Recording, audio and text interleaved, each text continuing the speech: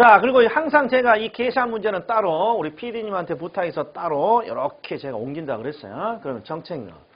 정책론에 대한 계산 문제인데 임대 아파트의 수요 함수, 공급 함수 이렇게 돼 있어요. 그러면 어렵게 생각하지 마시고 일단 한번 적어볼게요.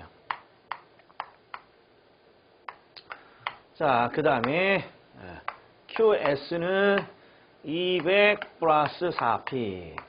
이렇게 함수가 나오면 어렵게 생각하지 마시고 가격과 수요량의 관계를 설명합니다. 이게 수요 함수. 가격과 공급량의 함수를 관계식으로 설명합니다. 그럼 수요 함수예요.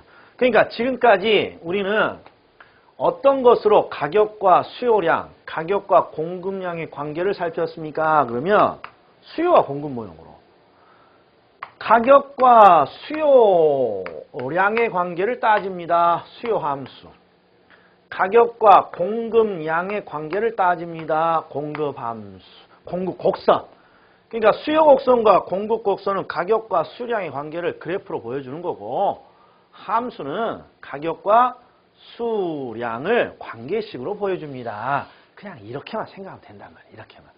자, 그러면 첫 번째는 300만 원인데 300만 원이 아니라 만약에 자, 이걸 정부가 임대료 규제를 150만 원으로 임대료를 규제했습니다. 그러면 이 임대료가 바로 뭐예요? 가격이잖아요, 가격.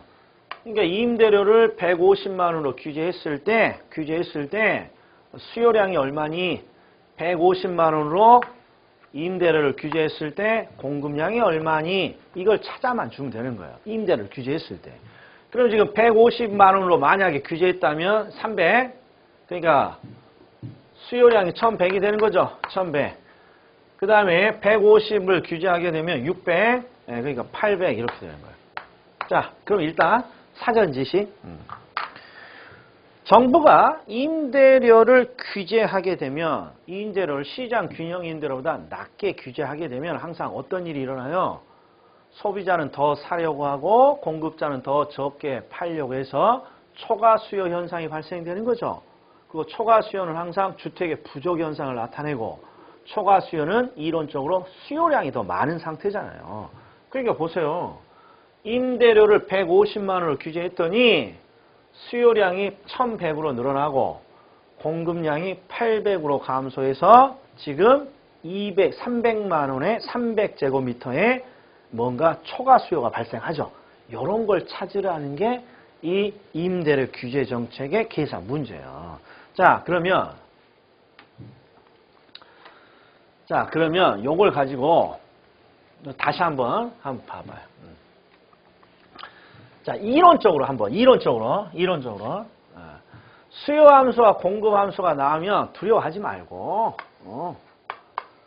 수요 곡선과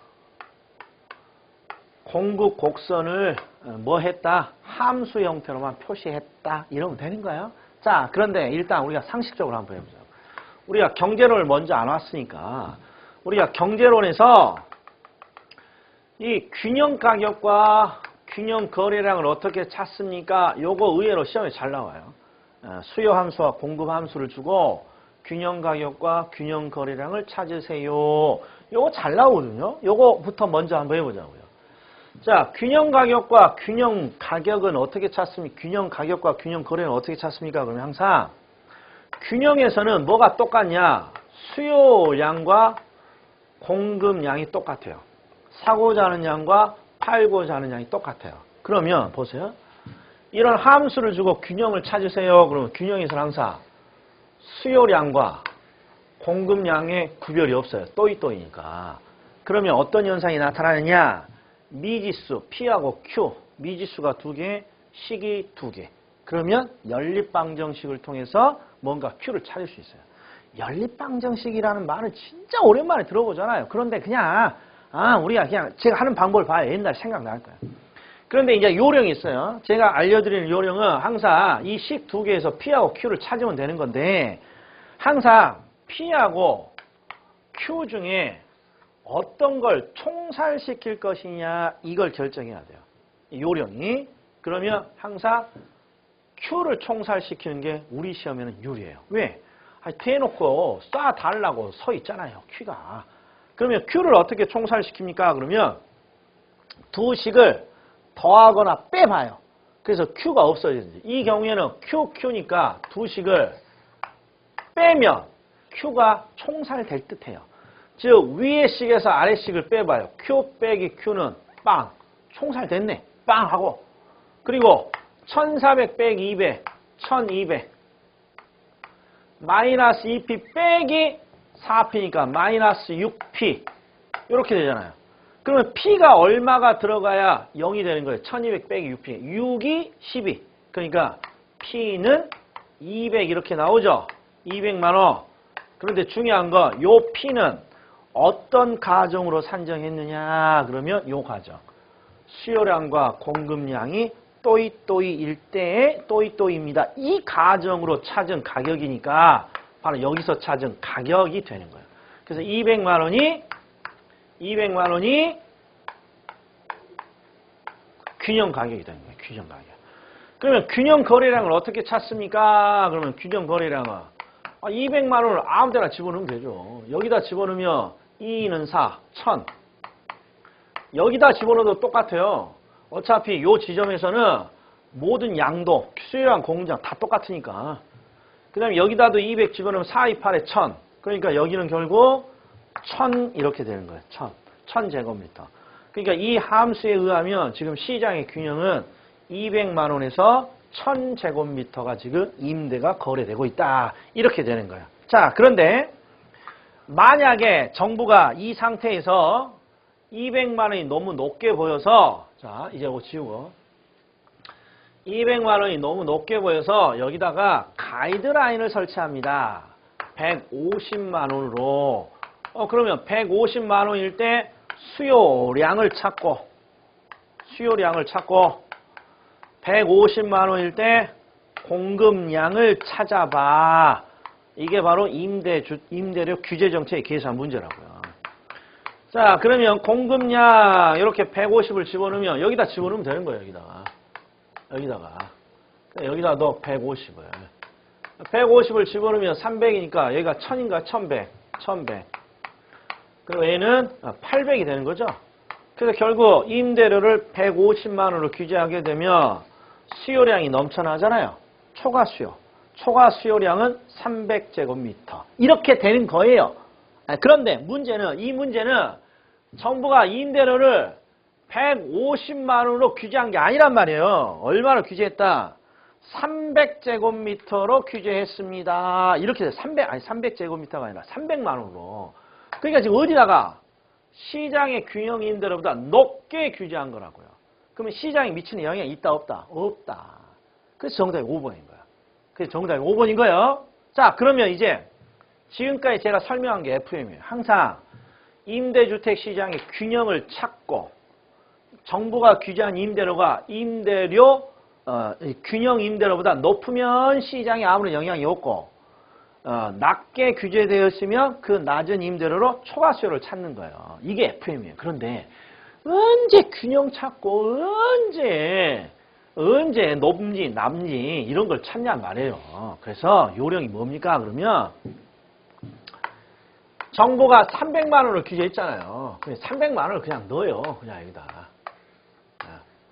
자, 그러면 지금 수요량이 얼마입니까? 그러면 수요량이 3위는 6, 1400 빼기 6이니까 800이 되고 300이니까 4, 3, 12, 200 하니까 공급량은 1400이 이렇게 되는 거 아니야. 1400. 그러면 뭔가 이상하다는 걸 느껴야 돼요.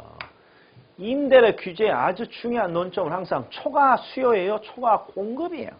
초과 수요 현상인데 세상에 공급량이 더 많잖아요. 그러니까 지금 초과 공급 현상이 나타나고 있잖아요. 그러면 무조건 틀린 지문이라고 우리가 지금까지 봤잖아요. 전 시간에. 임대료 규제에서 초과 공급은 나올 수가 없단 말이에요. 그런데 뭔가 초과 공급이 나왔어. 그러면 머릿속에서 정부가 뭔가 잘못된 행동을 하고 있구나. 어떤 행동을 하고 있지? 임대료 규제에서 균형보다 높게 설정했겠구나. 이런 생각이 들어야 돼요. 그래서 초과 공급 현상이 나오면 그냥 너는 아웃이에요. 뭔가 정책으로 잘못된 거예요. 그리고 그 이유는 균형 임대료보다 높게 책정을 한 거예요. 그러니까 정답을 항상 시장에 미치는 영향은 없다. 이렇게 5번 이렇게 와야 된다. 이런 말이에요. 이렇게 와야 된다. 자, 요게 굉장히 중요한 문제예요. 항상 아이고.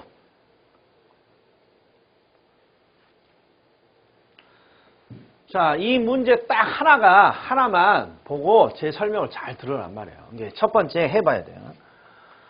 자, 일단 정부가 요 문제를 가지고 정부가 첫 번째 150만 원으로 임대료를 규제했을 때 하고 두 번째 요 문제처럼 300만 원으로 규제했을 때 그 차이를 반드시 요 문제 가지고 비교를 해봐야 돼요. 150만 원으로 규제하게 되면 수요량이 더 많아요. 초과 수요가 분명히 나와요. 그럼 그냥 초과 수요 300제곱미터가 정답인 거예요. 그런데 요 경우에는 초과 수요가 나오지 않고 초과 공급이 나온단 말이에요. 그럼 뭔가 잘못된 정책이에요. 임대료 규제에서 나와서는 안 될 문구니까. 그러면 정답이 요리 오는 거예요. 잘못 규제했으니까. 자, 요거 따로 떼서 놔둘 테니까 자주 보면서 잊을만 하면 다시 보시란 말이에요. 자, 그러면 정책에 관련된 중요 문제는 제가 딱 여기까지 추린 거예요. 자, 다음 시간에는 이제 다른 주제, 금융론으로 갈 거예요.